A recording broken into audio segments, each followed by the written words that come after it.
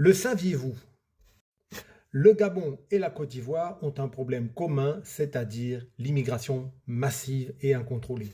Pour comprendre les choses, il faut voir le classement de l'immigration dans ces deux pays, à savoir pour la Côte d'Ivoire en premier les Burkinabés, en deuxième les Maliens et en troisième les Guinéens. Pour ce qui est du Gabon, en premier les Maliens, en deuxième les Béninois et en troisième les Camerounais. On peut considérer que pour la Côte d'Ivoire, on atteint pour un total, et je précise, d'immigration officielle, un peu plus de 2 millions d'étrangers de ces trois pays-là seulement. Si l'on prend la totalité de l'immigration, on avoisine les 4 millions d'immigrés officiels, je précise, en Côte d'Ivoire. Vous pouvez aisément doubler le nombre en considérant tous les réfugiés et les clandestins.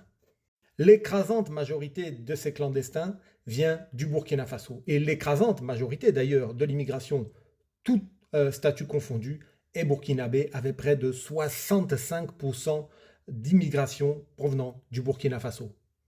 Ce qui donne un impact d'à peu près 25% de la population ivoirienne qui serait immigrée. Mais pour le Gabon, c'est encore pire.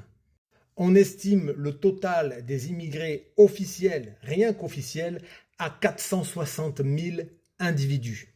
Et si l'on inclut les clandestins et les réfugiés, vous pouvez aisément doubler le montant également et vous arrivez à près de 800 000 étrangers, ce qui représente presque, je dis bien presque 40% de la population gabonaise qui ne serait pas gabonaise.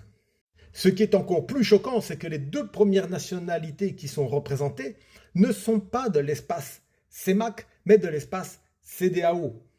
Alors on peut comprendre pour la Côte d'Ivoire qu'il y ait énormément de ressortissants de la CEDEAO vu la libre circulation, mais ce n'est pas le cas du Gabon qui ne fait pas partie, qui n'a pas les mêmes accords donc que la Côte d'Ivoire avec le Bénin et le Mali par exemple.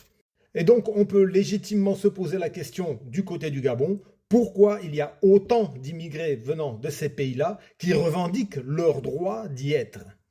Quand vous subissez une pression migratoire aussi intense et qui a un impact significatif sur l'économie locale, je pense qu'il est légitime de la part des populations et donc du gouvernement d'adopter des mesures de restriction afin de protéger sa population. Abonnez-vous à Nalimonde pour mourir moins bête que ceux qui traitent les Gabonais ou les Ivoiriens de xénophobes et surtout rejoignez ma chaîne Telegram car vous y trouverez toutes les exactions commises par ces gens-là dans leur propre pays, sur leur propre population, expliquant pourquoi ces gens fuient vers des pays plus cléments et plus sécuritaires.